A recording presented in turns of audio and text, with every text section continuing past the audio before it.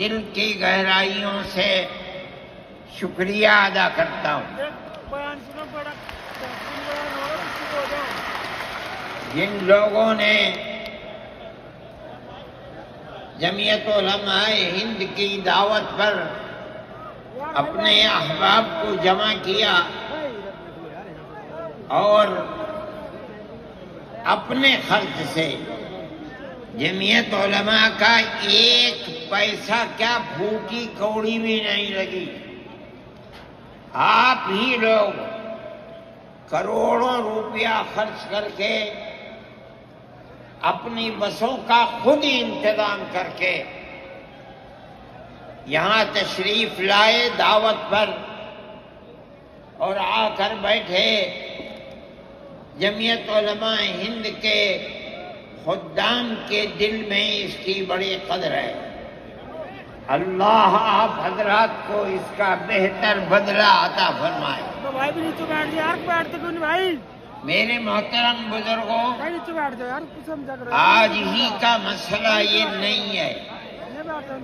جمعیت علماء ہند کی ایک تاریخ ہے اور ایسی تاریخ ہے اپنے اس ملک کے لیے جو کسی دوسری ہندو مسلم پارٹی کے پاس نہیں ہے. علماء نے اس ملک کی آزادی کے لیے اگر آپ ان کی تاریخ کو پڑھیں گے تو آپ کو اندازہ ہوگا کہ ان کی اس ملک کی آزادی کے لیے قربانیاں 150 سالہ قربانیاں ہیں. کوئی اس ملک کے اندر ہندو مسلم ایسی پارٹی نہیں ہے جس کی تاریخ ایسی قربانیوں کی تاریخ ہو. حضرت شاہ عبدالعزیز صاحب محدث دہلوی نے 1803 میں آواز بلند کی تھی کہ ہمارا ملک غلام ہو گیا. اس غلام ملک کو آزاد کرانا اس ملک میں بسنے والے ہر مسلمان اور ہر شخص کا فرض ہے. کوئی مائی کا لال نہیں تھا جو انگریز کی طاقت کے سامنے آزادی ملک کا نعرہ بلند کر سکتا. ایک مسلمان عالم دین نے اسی دلی کے اندر اس نعرے کو بلند کیا.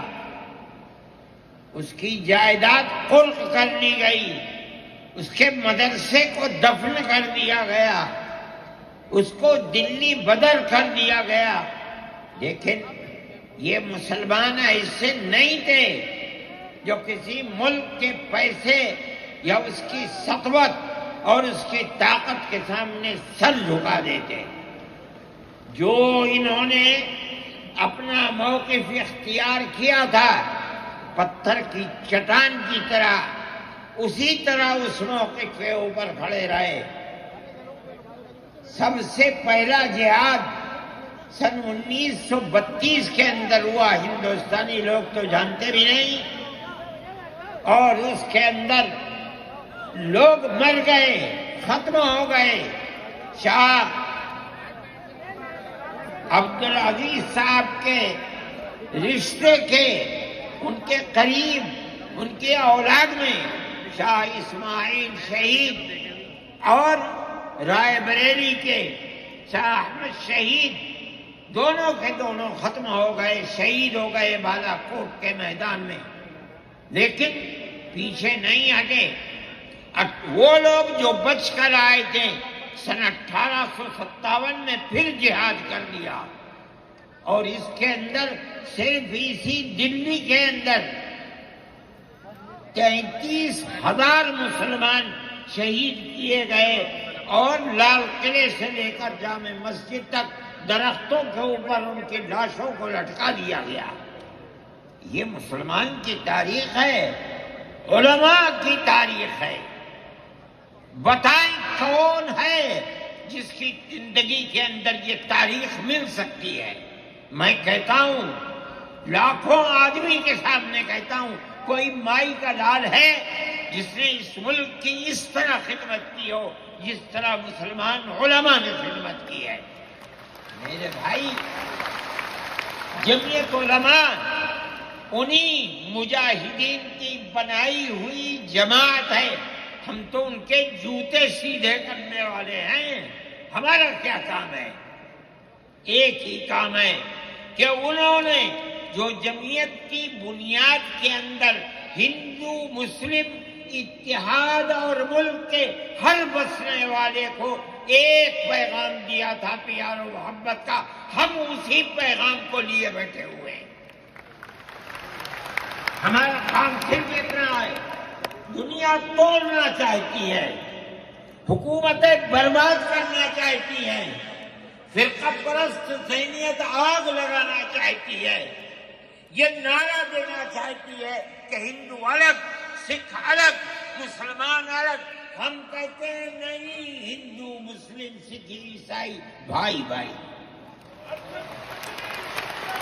یہ ہمارا پیغام نہیں ہے، ان بزرگوں کا پیغام ہے جنہوں نے پھانسیوں کے تختوں کو چوما، اپنے اس ملک کے لیے چوما ہے، اس کی آزادی کے لیے چوما ہے. اس ملک کے اندر یگانگت اتحاد جس کو آج آگ لگایا جا رہا ہے، ہمارے بزرگوں نے اسی اتحاد کے لیے اپنی قیمتی جانوں کو قربان کیا ہے، اور ان کا مقصد یہ تھا کہ ملک آزاد ہو جائے. حکومت ایسی بننی چاہیے جو حکومت سیکولر حکومت ہو، کسی کا حق نہ جائے. کانگریس اس لیے نہیں بنی تھی، یہ 1803 کی آواز ہے کہ ملک غلام ہو گیا، جہاد کرنا فرض ہے. کانگریس کا تو وجود بھی نہیں تھا. کانگریس تو 28 دسمبر 1985 کو بنی ہے، اور اس کا پہلا اجلاس بمبئی کے اندر ہوا ہے. آپ لوگ سمجھیں اس کو، کانگریس ملک کو آزاد کرانے کے لیے نہیں بنی تھی. کانگریس کی تجویز موجود ہے.